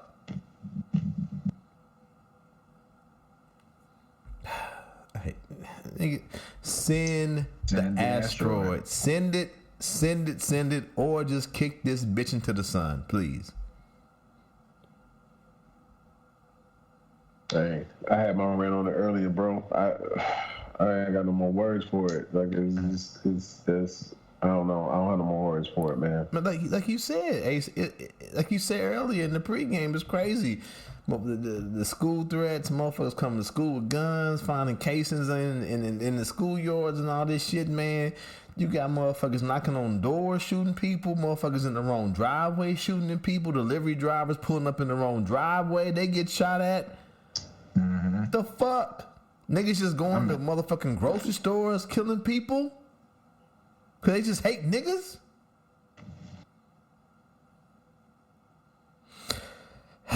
But hey, I'm just supposed to just send my kids up to motherfucking Liberty and just feel like they gonna be safe. Yeah.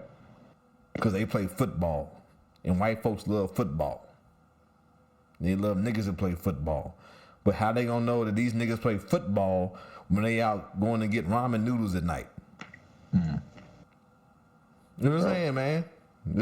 Like you said, with your boy and your girlfriend's son, I think about that shit too. I'm about to send my kids to the whitest part of this motherfucking city, of this greater metropolitan area, and just be like, and just hope they okay.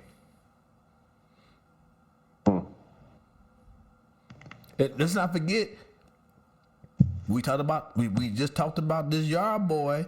That's North Kansas City area where he got shot at. That's where I'm about to send my teenage kids to. Mm-hmm. Shit sit on my mind every fucking day. Yeah, bro. Every day. I don't have no words for it at this point, man, because it's so fucking consuming. You know what I'm saying? Every day. I just got to talk to him every day. Keep talking to him. Yeah. Keep talking to him. The fine line between saying be yourself, but at the same time, you got to bend a little bit to make white people feel okay. And as a black man, that fucking hurts my soul. Because y'all know me. All y'all met me. I'm loud and proud, bro. Right. I'm a nigga every day. Professional nigga when I clock in, but still a nigga. You know what I'm saying? Mm-hmm. But it's just, yeah. That's your sacrifice as a dad, though, to follow that sword to get to the end goal. Yeah. You niggas make it home every day. That's what we talking about. That is your goal. That is the goal. Fuck how you get here, get your ass home every day. We had episodes we said, yeah, just survive the encounter, man. But how do you survive an encounter when niggas shooting through doors? Exactly.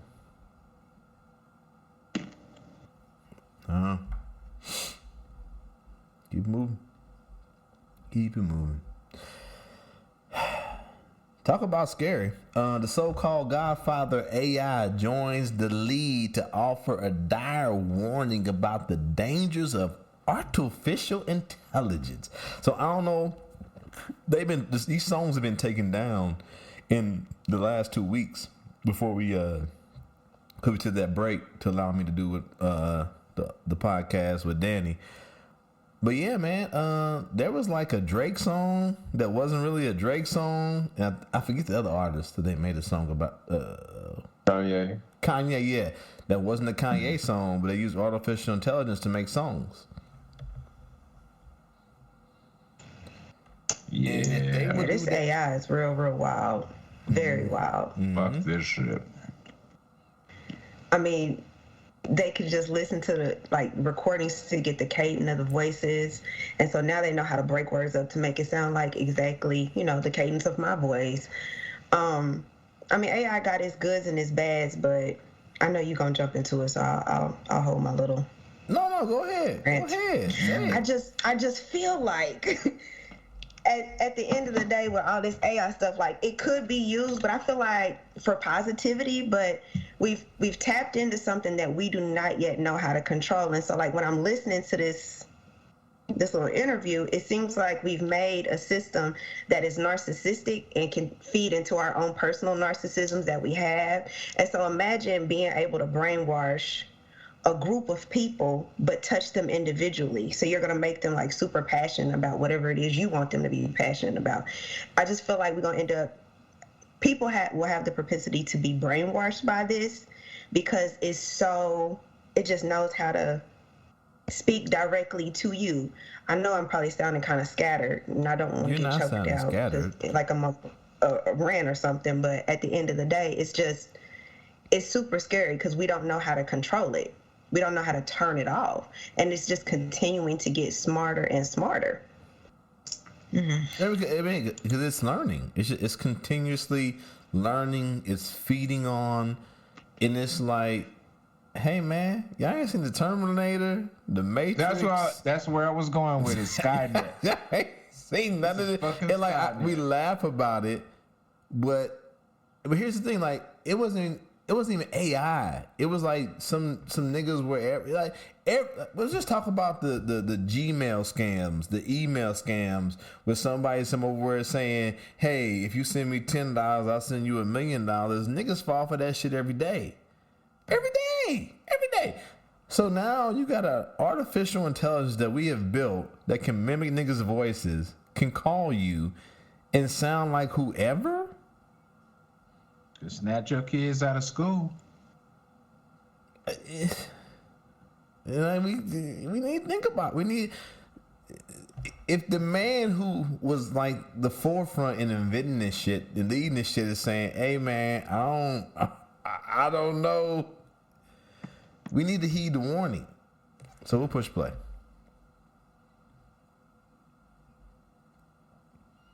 And of course there's going to be a fucking, my bad, I thought I loaded this already. But yeah, it's scary out here in these streets.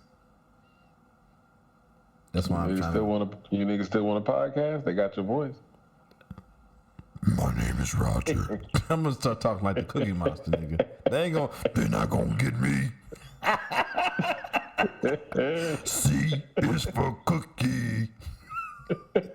Dire warning from the so-called godfather of AI. After a decade on Google's team for artificial intelligence, Geoffrey Hinton says he resigned so he could speak more freely about the technology, saying it's quickly becoming smarter than humans. Joining us now to discuss Geoffrey Hinton. Geoffrey, thanks so much for joining us. So you left your job with Google in part because you say you want to focus solely on your concerns about AI. You've spoken out saying that AI could manipulate or possibly figure out a way to kill humans. How could it kill humans? Well,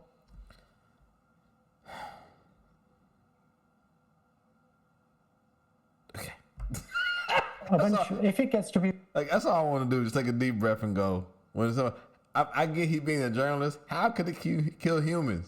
Because they figured out the robots quick. In every movie you've seen, the robots quickly figure out we ain't shit and we the problem. So they either kill us or they stuff us in tubes and make us batteries. That's what happens every time, every movie. Ain't no. In no movie does it work out that we just hey, we should all get along. Y'all good. Y'all should probably go over there and grow some crops. No, they go, no, y'all the problem. Y'all got to go. Be much smarter than us. It'll be very good at manipulation because it will have learned that from us. And there are very few examples of a more intelligent thing being controlled by a less intelligent thing. And it knows. I just had a thought. We need to let Daryl build the AI. To mind your own business. Huh? The AI would just mind its own fucking business. The AI would be like, oh, niggas over there killing? Ain't got nothing to do with me. I'm gonna mind my own business. Let's go. It's how to program, so it'll figure out ways of getting around restrictions we put on it. It'll figure out ways of manipulating people to do what it wants. So what do we do? Do we just need to pull the plug on it right now? Do we need to put in far more restrictions and backstops on this? How do we solve this problem? It's not clear to me that we can solve this problem. I believe we should put a big effort into thinking about. It's very clear. My man just said, pull the plug, nigga. Should we just stop? It's not clear to me as a white man. I want to just keep doing things and fucking with things that I shouldn't be fucking with because that's in my DNA. But I don't know what we can do. What we can do about it, you know? I don't want to play the video. It just keeps annoying me. What's going on? What's going on? You know what? Maybe AI can fix this. 10-year-old children were found working at a Louisville McDonald's until 2 a.m. That's probably what the AI saw and said, y'all niggas got to go.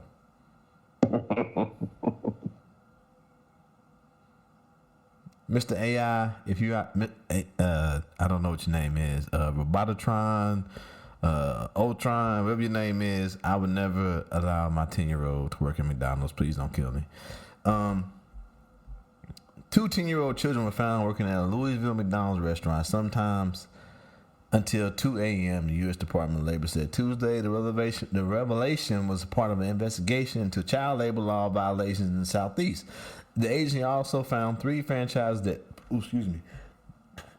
own more than 60 McDonald's locations in Kentucky, Indiana, Maryland, Ohio, and employed 305 children to work more than the legally permitted hours and perform tasks prohibited by law for young workers.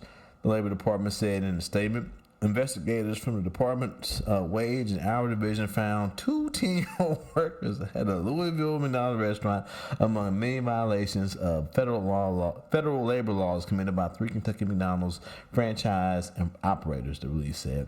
And investigators also determined that the 2 10-year-old children were employed but not paid, and sometimes worked as late as 2 a.m. What the fuck, 2 a.m.? Forget what I said in the pregame. That is not the report that I heard. That's crazy. These niggas was on the payroll. That's what it say. They weren't on the payroll. They were employed but not paid. So what, you offer them a job, say I'm gonna pay you $20 sweep floor up. Maybe they were like, yeah, pay cash. It's still 2 in the morning, and these niggas is 10. Yeah, they need to go to sleepy nights. Once again, the AI is going through all these web pages and saying, oh, these niggas don't even care about their offspring. Gotta go. Got to go. 10-year-old boys. 10-year-olds. And then I'm sure it's like probably high school kids. The other ones are probably high school kids that are working there. And there are certain restrictions on high school kids in the number of hours they can work in a week. And I am sure that's being violated. He was getting to the money, man. He was letting the kids get to the money. No, they're not getting to They are making the money. They are not getting to any money at all, sir. They are not getting to the money. No, sir. Hey, he handed them niggas bags of French fries instead of bags of dope. That is crazy. But that's that thing. What is that? What is the term where it's just like, yeah, it's just okay, yeah. We gonna pay. So the 3 franchises face a combined $212,000. Let's round it up, $213,000 in civil money penalties for child labor violations. The release said. But how much money did they make in that time frame? That's probably just chumped up to the cost of doing business.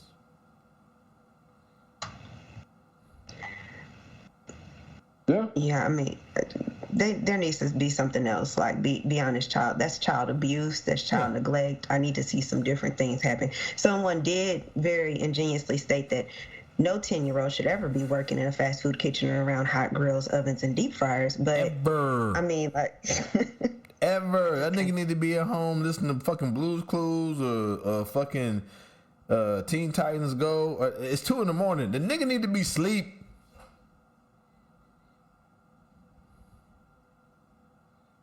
Yeah. Now this nigga is 10 with some attention deficit, and me and Lady Lavender will debate about this nigga got attention deficit or not. But this nigga been up since 2 a.m. fucking cleaning coffee grounds out of a motherfucking coffee machine where he need to be in bed sleep. He got attention deficit because he's sleepy. Hey, but hold on, plot twist though. You know it's the fucking parents or a family member. Cause how a 10-year-old at McDonald's working? Right. That's why I'm going back to the child abuse, child neglect, child exploitation. Yes, ma'am. This is just, it's too much. Right. Hey guys, before we go on to the sports segment, I forgot because my attention is in a deficit mode. Something that's kind of a happier thing about sports and kids.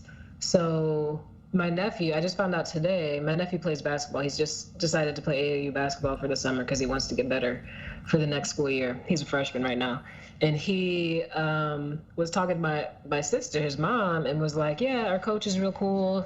She's got like 2 lady coaches that coach the boys team. And my sister was like, oh yeah, what's the coach like? Like she's seen her because she's been at practices, but she didn't like pay attention. She's like, yeah, this woman is like real buff. She's like, you can tell she might be 50 something, but she looks like real good and she looks real strong and all this stuff. Come to find out that the woman who is coaching my son's AAU basketball team is Cynthia Cooper, who's like a really very famous Olympic athlete, WNBA, Hall of Famer, like all this stuff, played with like Cheryl Swoops and like all these other famous women, played for Houston, was a analyst for the Houston Rockets for a while, like all these things. Like she's like really fucking famous, and she's my nephew's coach. What'd you say? 6-time gold medal. I mean, 6-time championship winner down here. And she's like coaching his team, and my sister was like, that my nephew was like, yeah, I Googled her and like found out all this information about her, and like she's like really good, and she's helping me be better, and like my sister said that one day that they were at practice and she just looked over and Coach Cooper is like the kids were like taking a break, but Coach Cooper was like just making baskets, like just back to back to back, just shooting and just doing some good shit. So a little palate cleanser there. Some of the kids are not being taken advantage of, and they're being taught not only to play better, but also that women could also teach you good things. So I feel like some men are the men. I don't know if Roger, you talked about, but I know I've heard other guys talk about when you play basketball with people, when you used to play ball, like some people just assume that women who play ball can't play like against men. But I feel like she, even though she's right now literally 60 years old, could probably beat some dudes still in basketball. So cool stuff. No, it ain't happened. I mean, it doesn't happen a lot. It hasn't happened a lot, but I have had some good runs where there have been women, whether collegiate. I know. I gotta ask Damon who it was when he was working with GM. Yeah, my bad. Yeah, brother Joe said he was getting sleepy, so he's out. Thanks for hopping on, bro. But yeah, I gotta ask who that woman was, but yeah, she used to come when he was working for GM. They used to run out this church, and she used to put niggas on their motherfucking ankle bones. Yeah, I'm serious, and like, right. Yeah, and me and her, like, you know, I mean, I'm not big, but if I go to a gym with normal people who don't really play sports, I'm big. So like, me and her used to like get on the team, and she'd be like, "Come on, big fella, run with me, bro." And she'd like, "Hey, nigga, hey," she be putting them dimes on niggas, and I'd be having some of my best games on some of the pickup games. But yeah, man, it's I've never been. Yeah, I mean, you know me, but yeah, I ain't gonna be one to discriminate. But yeah, some niggas do be acting stupid when women come there, and it's just like they here for a reason, bro. They want the competition. Stop acting stupid. They're good. Oh, and the other thing that's also really cool. So last summer, my nephew, when he was in 8th grade, he wanted to help his friends get an AAU team, So while he's in 8th grade, he decided he was going to create a team. He was the coach of the team. He like became the coach player of the team last summer, and ended up being at one of the games that they had. And Akeem Olajuwon is there, so he's like got pictures with Akeem Olajuwon. Like, wow. Akeem Olajuwon coached for another team that they were going up against, and he was like, "Can I take a picture with the coach? I'm a coach." So he's got like, it's just really cool that all these things are happening, even though he's young and still learning a lot of stuff. So it's really cool that he's being exposed to a lot of great things. That's good stuff. That's good Yeah, shit. we needed that good news. Yeah, that's good shit. That's the my oldest Ahmad. I say, hey man, I know you want to be out there on that wing, but when you get into the post, man, I need you to watch these clips of the Dream, man. That nigga's footwork is legendary. Woo! And that's that's nice. Nephew, you gotta get a picture with him. I want a copy. I'm jealous. It's really cool that like some good stuff is happening with kids. Then they're all being forced to work at age 10 in hot ass McDonald's and not get money at 2:00 in the morning. So yes, I mean for the majority of, I don't know if it's the majority. For a lot of U.S. kids, things are good. They're not in a fucking diamond mine, fucking scraping out diamonds so white people can make Hellsberg commercials. They're not making iPhones for Americans. Wait a minute, we do a lot of shit for children. We do a lot of shit. We want a lot of shit that puts children in danger. That's crazy. Yeah, damn, that's crazy. Okay, but yep. It's good. We're moving on. That's a good segue to sports, though, but not a good segue into what we're about to talk about. Jackson Mahomes' brother, NFL superstar Patrick Mahomes, arrested and charged with sexual battery. The plot twist for me was like, I did not know he liked women. I don't think he does. And I don't think those two things have to be mutually exclusive either. I know, I get what you're saying, but the fact that there was a woman that he was trying to forcibly kiss, to me, that was the plot twist for this video. But I get what you're saying also. Two things can be true. We talk about it all the time on the show. Yeah. He could have been. Was he drunk? I don't know. Yeah. Okay, he was. He was drunk. Yeah. Well, he could have been just drunk and acting stupid. I don't think it matters. The fact was, he was drunk. It don't. I get it. Don't matter. I was just saying. I wasn't excusing it. Yeah, we're not excusing it. All I'm saying is, all this nigga need to do is be at the pool house and be making TikToks at the pool house and just get the money that his brother's probably giving him and shutting the fuck up. Yes. But instead, he won't be a jackass that's assaulting women. Jackson Mahomes' youngest brother, NFL superstar Patrick, was arrested and charged with sexual battery on Wednesday, according to court records. Mahomes was charged with 3 counts of aggravated sexual battery and 1 battery by the Johnson County District Attorney's Office.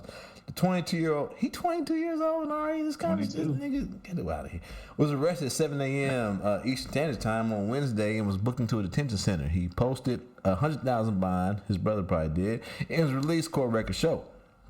Jackson Mahomes has risen to fame in recent years with social media content, including TikTok account where he has over 1 million followers. Mahomes did not speak during the first court appearance before he posted bond.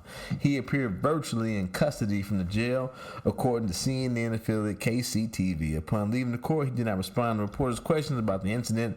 A man escorting him said, "We can't say anything right now. Excuse us." And I got the video here.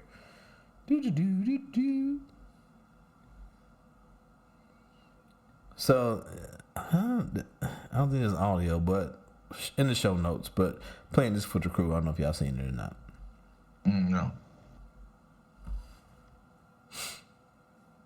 Nigga. So he just grabbed this woman from the back. She was standing there drinking and doing her own thing, and he grabbed her literally from the back, grabbed her by the neck almost, it looked like, neck and face, and like forced to kiss her. Just ignorate a little bit, and she did not look comfortable. No, she did not. Not one bit. And he came back. And okay.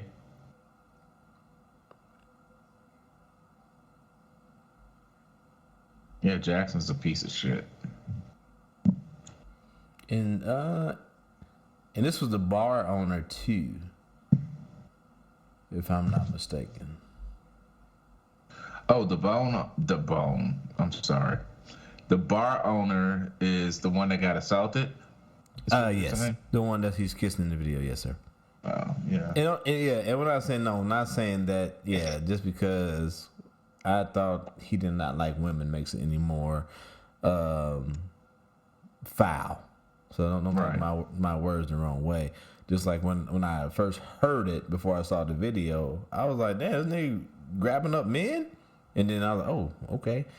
That's even. This time. It doesn't matter.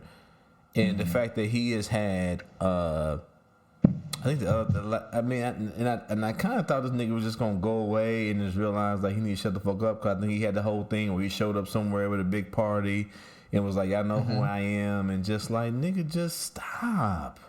Right. You go ahead.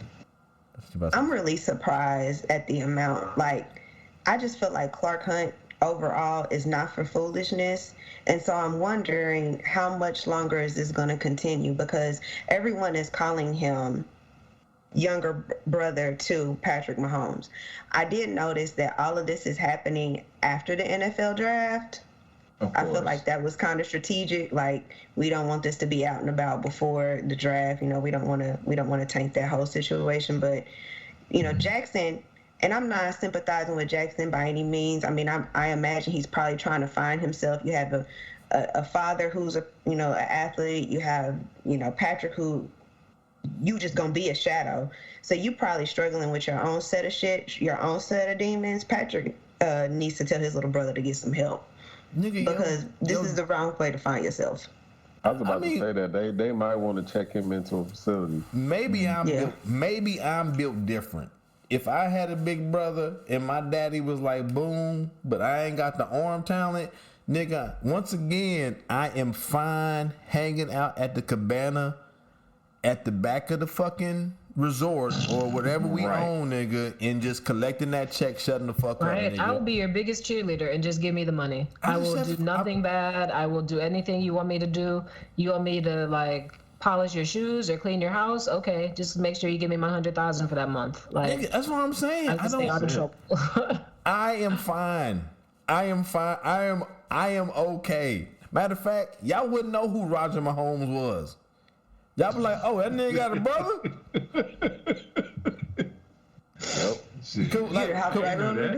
When I show up, when I'm on the stage at the Super Bowl ceremony, y'all be like, who this big ass balding nigga next to Patrick Mahomes? That's his brother? Oh, okay. Because you would not know who the fuck I was. I don't need to be known. And once again, what's wrong with these niggas? I think it's the same story over and over again, like attention seeking. Everybody want to be a hero. People don't know how to read the room. I'm okay. I'm okay. If I didn't have to work, I'm fine with running down to the Piggly Wiggly, getting what I need for the week. And for y'all don't know, Piggly Wiggly basically like Price Chopper, whatever the fuck. Showing my age. Back when we had Piggly Wigglies here. I'm down with going to the Piggly Wiggly. That's right. Get what I need for the week. Only thing that's gonna change is I'm getting that top shelf liquor. I'm getting that strong strain of weed. And I'm good. Leave me the fuck alone until Sunday when my brother play. And then I don't know if he's gonna be playing. I might be so high and drunk, I'm just sitting there like, we won? Okay. Time to go back home and buy what I got at the Piggly Wiggly and leave me the fuck alone. That's wrong. Nigga, leave me alone. Exactly. I don't need no attention. I don't need no attention. Shit. I don't need nobody. Y'all think you jealous? Huh? Y'all think you jealous? I think he's jealous. Yeah. But he's jealous. Yeah, he for sure jealous. That's what Kim said, that mindset where I got to do something. I ain't got no arm. I ain't got no speed like my daddy. I ain't got no hand-eye coordination like my daddy. I ain't got no arm talent like my brother. So all I can do is pop and lock on TikTok, and that ain't going well because my feet ain't sweet. Obviously, I seen niggas TikToks. Them feet is not sweet. I don't know. I don't know if it's jealousy. I just think. I think people sometimes struggle to find their way and find who they are, and so this acting out like this TikTok shit. It's him, and he done fell into the persona because he doesn't look. He like when you look at. I'm gonna use Travis Kelce and his brother.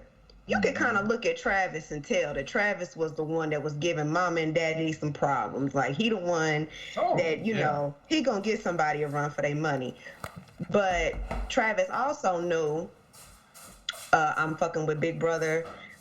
I'm fucking with the family. I need to calm down. You know, because Travis had his few indiscretions or whatever. He cleared that up, moved forward.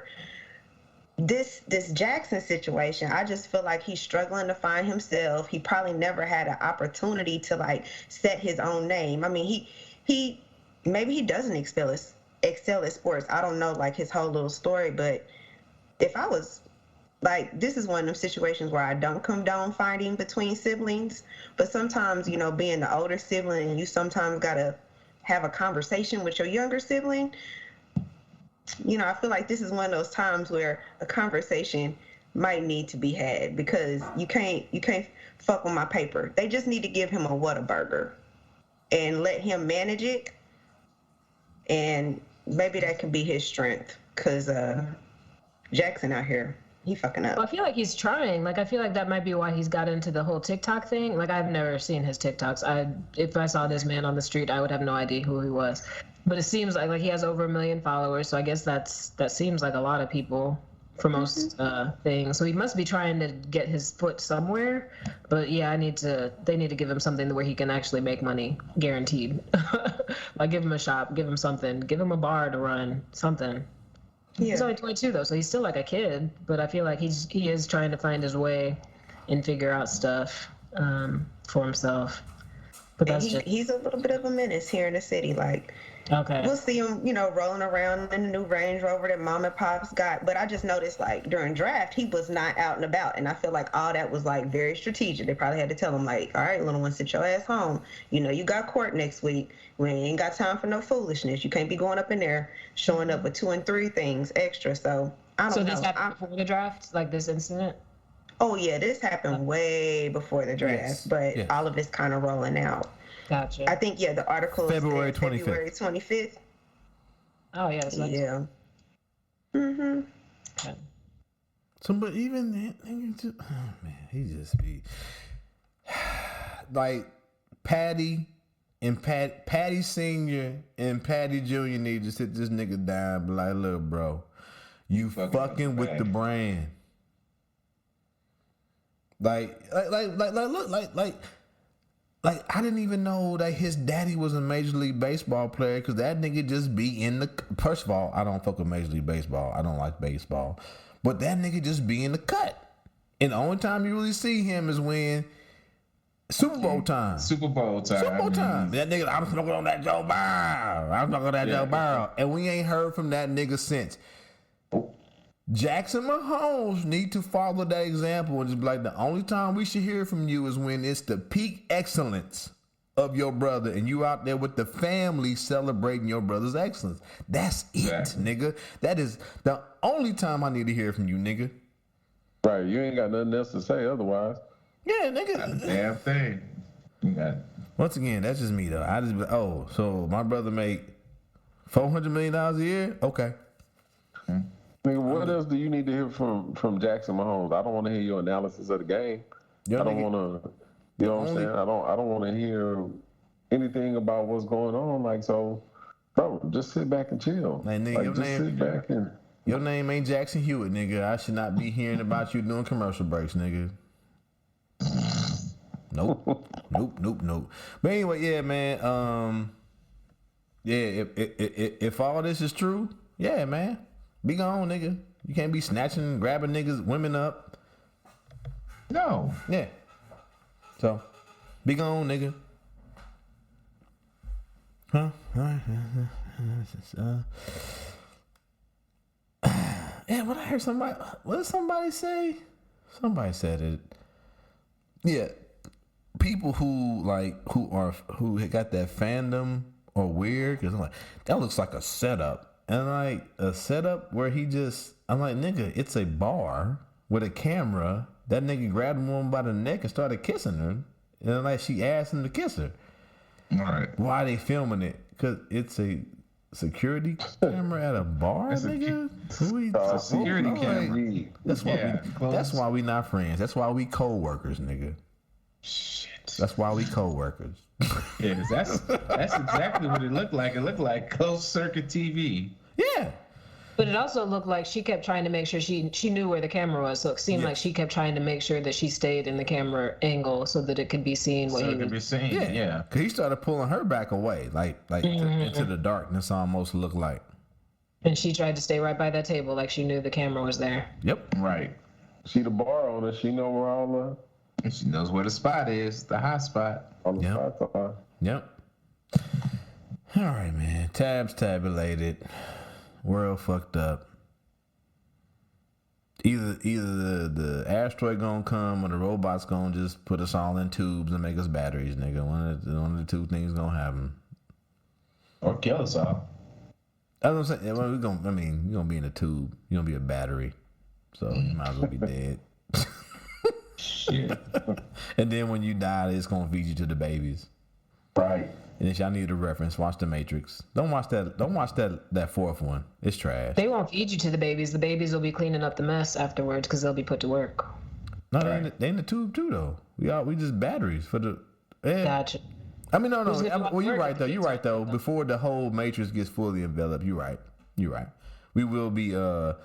I think what is that Huel, that little protein thing they shake up, and it's slowly gonna just become us being fed to the babies, like Lady Lavender said. Sorry, y'all. We tried to warn y'all not to do this. Brothers Breaking Bread tried to warn y'all not to do this. Casey Stark. I'm trying to get that degree, y'all. So just if the robot overlords are listening, y'all need a programmer. Holler at your boy. Anyway, yeah, man, it's bad. It's bad.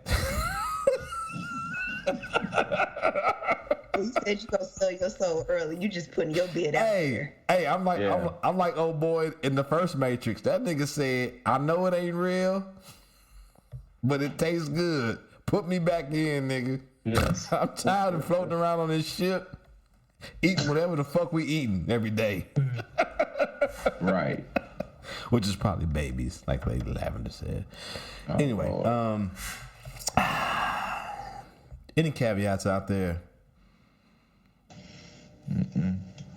I'm sorry, y'all. Ain't no happy endings. No. You know what? Only if you're an NFL player with a special massage person trying to get that happy ending. Look here, out of the shine. You calm down. All the happy endings went to Cleveland, huh? Yeah, hold on. Let's close out with the way we started. My name is Daryl, and I mind my business. I don't even know my coworkers. If I saw one in the street, wouldn't know who they were. I know my boss's name and Jim from accounting because he cuts my checks. I've never been in an argument in my life.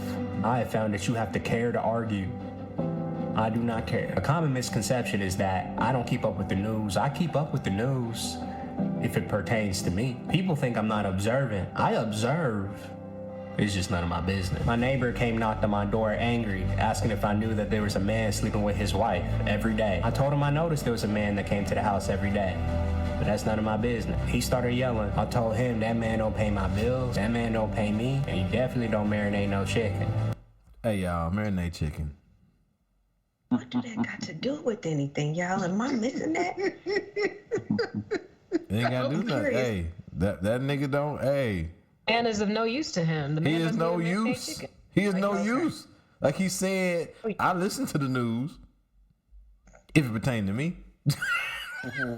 If that nigga was marinating chicken, I might have said, "Hey man, stop fucking that man's wife."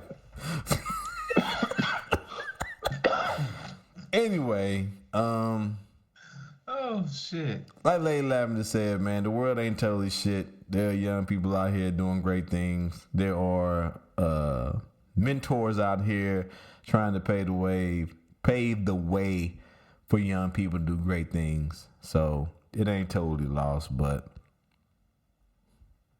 it's not totally lost, but we don't have the right map all the time, so we ain't it's got not great. much like that bus driver. He just oh my gosh, that lady. MapQuest. I could not even believe it. He just out there with Was it a staple in the corner? Or was it front and You have back? a staple. It was like 2 different pieces of paper that she was trying to look at. Hey, because I didn't want to cut you off. I didn't want to cut you off. I know. Did he get off the? Go ahead. Do you?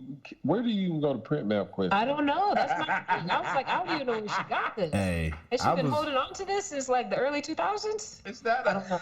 That might be why she went the wrong way. Yeah. I was just about to say, did she get off the bus with a compass and shoot an azimuth? Did she have to convert grid north to magnetic north? Man. That's a military joke for y'all out there. We don't do that now. If you're ever out somewhere and you have a map, just remember what Casey Stork said: grid north, magnetic Grid north versus magnetic It will north. save you a great deal of pain. Anyway, also know your steps. Know your steps. Anyway, we about to get out. World burning, but we gonna be back next week. Hopefully, if the fucking matter of fact, this might not even be us. It might be fucking 5 robots sounding like one robot sounding like 5 of us. Who knows? Fuck you niggas. Stop buying guns. Stop shooting your neighbors. Happy south of the border day to my brown niggas out there, except for that one nigga who been deported several times and shot that family. Slim AC, 10 meters, Lady Lavender, Miss Honey Buns. I am the Casey Stork. Never, ever, ever, ever miss a moment to break bread with your brothers and sisters. Triple B Podcast. We fucking out till next week. Fuck. Mind y'all business. We out.